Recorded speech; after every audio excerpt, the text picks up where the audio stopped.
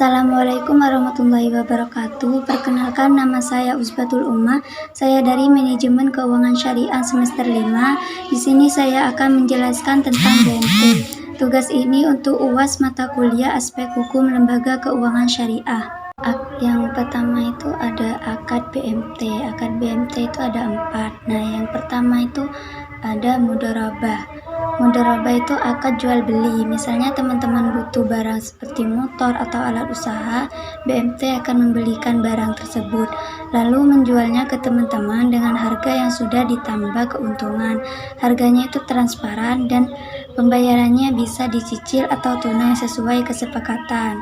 Yang kedua, mudharabah. Kalau mudharabah, ini akad kerjasama bagi hasil. Teman-teman punya ide usaha untuk usaha tapi nggak punya modal. Nah, BMT akan memberikan modal. Nanti keuntungan dari usaha tersebut dibagi sesuai kesepakatan.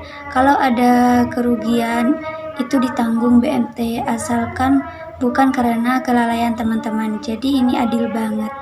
Yang ketiga, musyarakah. Musyarakah ini mirip mudharabah, tapi di sini teman-teman dan BMT sama-sama mengeluarkan modal. Misalnya teman-teman punya sebagian modal, lalu BMT menambahkan sisanya. Keuntungan juga dibagi sesuai porsi modal masing-masing. Akad ini cocok untuk usaha bersama. Yang terakhir itu wadiah. Ini akad titipan. Teman-teman bisa menitipkan uang ke BMT dan BMT akan menyimpannya dengan aman. Akad ini biasanya digunakan untuk tabungan harian. Kalau BMT memberikan bonus, itu sifatnya sukarela, bukan kewajiban. Selanjutnya ada produk BMT, yaitu produk yang pertama ada produk simpanan. Ini mirip kayak tabungan di bank, tapi bedanya di sini pakai prinsip syariah. Ada 2 jenis, yaitu yang pertama simpanan wadiah. Ini kayak titipan, teman-teman nitip uang ke BMT, mereka simpan dengan aman. Kalau dapat bonus dari BMT, itu sifatnya cuma hadiah, bukan janji. Yang kedua, simpanan mudharabah. Nah, yang ini ada sistem bagi hasil. Untuk teman-teman dikelola oleh BMT untuk usaha dan nanti keuntungannya dibagi sesuai kesepakatan. Cocok banget buat yang mau nabung sekaligus investasi. Mudahkan tabungan, aman, bebas riba, dan bahkan bisa jadi berkah. Yang kedua, produk pembiayaan. Ini cocok buat teman-teman yang butuh dana, misalnya untuk usaha atau beli barang. Ada beberapa akad yang dipakai, yaitu akad mudharabah. BMT beliin barang yang teman-teman butuhin, terus dijual lagi ke teman-teman dengan margin keuntungan. Pembayarannya bisa dicicil. Yang kedua, mudharabah. Kalau teman-teman punya ide usaha tapi nggak punya modal, BMT kasih modal. Keuntungan usaha dibagi sesuai kesepakatan. Yang ketiga, musyarakah. Ini kerjasama modal. Teman-teman dan BMT sama-sama keluar modal untuk usaha dan nanti untungnya dibagi sesuai porsi modal. Produk pembiayaan ini pas banget buat teman-teman yang mau usaha tapi butuh support finansial. Selanjutnya ada kendala pengembangan BMT.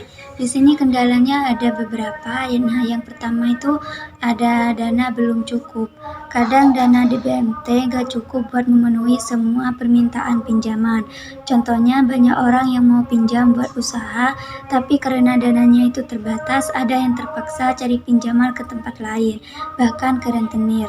Yang kedua, masih banyak yang pilih rentenir. Walaupun BMT ada, masih banyak yang lebih pilih rentenir. Kenapa? Karena prosesnya itu lebih cepat dan gak ribet.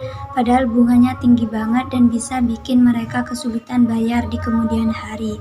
Yang ketiga, nasabah gak bisa bayar. Ada juga nasabah yang kesulitan bayar pinjaman. Misalnya petani yang gagal panen. Kalau banyak yang kayak gini, keuangan BMT bisa terganggu. Jadi ini tantangan besar buat mereka. Yang keempat, bersaing sesama BMT. BMT seringkali saling bersaing daripada kerjasama. Misalnya mereka berlomba-lomba kasih bunga lebih rendah buat menarik nasabah. Padahal kalau kerjasama bisa lebih banyak bantu masyarakat kan. Yang kelima, lebih fokus ke bisnis. Kadang BMT lebih fokus cari untung. Mereka lebih suka kasih pinjaman ke usaha yang sudah jalan. Sementara orang yang baru mulai usaha sering kesulitan dapat pinjaman, jadi masyarakat kecil malah kurang terbantu. Yang keenam, menyesuaikan bunga dengan bank. Beberapa BMT ikut-ikutan bank konvensional soal bunga. Misalnya kalau bank kasih bunga 6%, maka juga menyesuaikan biar gak kalah saing. Padahal bunga itu termasuk riba dan gak sesuai prinsip syariah. Yang ketujuh, kurang fokus pada fungsi sosial. BMT sering lebih sibuk urusan bisnis daripada fungsi sosial. Misalnya, mereka lebih fokus ke pinjaman produktif daripada pengelola dana zakat atau sedekah buat bantu orang miskin. Jadi, fungsi sosialnya kurang optimal. Yang kedelapan, kurang paham hukum Islam. Ada pengelola BMT yang masih kurang paham aturan Islam dalam keuangan.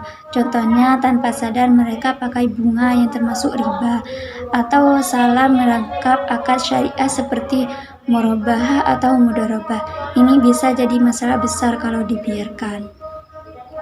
Jadi itu beberapa tantangan yang dihadapi BMT, meski banyak BMT tetap jadi solusi karena buat keuangan syariah, asal terus belajar dan memperbaiki kekurangannya. Nah, poin yang terakhir ada strategi pengembangan BMT, yaitu di sini ada beberapa. Yang pertama, peningkatan SDM yang profesional. Strategi pertama pastinya BMT butuh tim yang profesional dan kompeten. Jadi SDM di BMT harus terus dilatih, dikasih pelatihan soal keuangan syariah, teknologi, dan cara melayani nasabah dengan baik. Kalau SDM-nya keren, BMT juga bakal lebih dipercaya masyarakat. Yang kedua, diversifikasi produk. Produk BMT harus terus berkembang, nggak cuma tabungan dan pembiayaan aja. Misalnya BMT bisa bikin produk asuransi syariah, layanan zakat, atau investasi halal. Semakin banyak produk, semakin banyak kebutuhan masyarakat yang bisa terpenuhi. Yang ketiga, digitalisasi layanan. Zaman sekarang semua serba digital, jadi BMT juga harus masuk dunia online, mulai dari aplikasi, mobil untuk cek saldo, bayar cicilan, sampai buka rekening online. Dengan layanan digital, nasabah nggak perlu ribet dapat ke kantor BMT. Yang keempat, edukasi dan literasi keuangan syariah. Banyak orang yang belum ngerti apa itu BMT dan keuntungan keuangan syariah. Nah, BMT harus aktif edukasi masyarakat, baik lewat seminar media sosial atau video edukasi. Kalau masyarakat paham, mereka pasti lebih tertarik pakai layanan BMT. Yang kelima, kemitraan dengan lembaga lain. BMT juga bisa bekerja sama dengan lembaga lain, kayak koperasi, pemerintah daerah, atau lembaga zakat. Dengan kolaborasi ini, jangkauan BMT bisa lebih luas dan manfaatnya itu makin besar. Yang keenam, peningkatan pelayanan.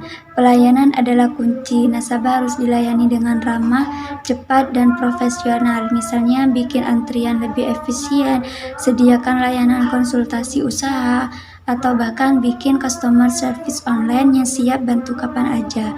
Yang ketujuh, ini yang terakhir, penguatan modal. Modal ini penting banget untuk mendukung pembiayaan dan operasional BMT. Caranya bisa lewat penambahan dana dari anggota, kerjasama dengan investor syariah, atau pengelola dana sosial seperti zakat, wakaf, dan dengan optimal. Nah, itulah 7 strategi pengembangan BMT, mulai dari peningkatan SDM, digitalisasi layanan, sampai memperluas kemitraan.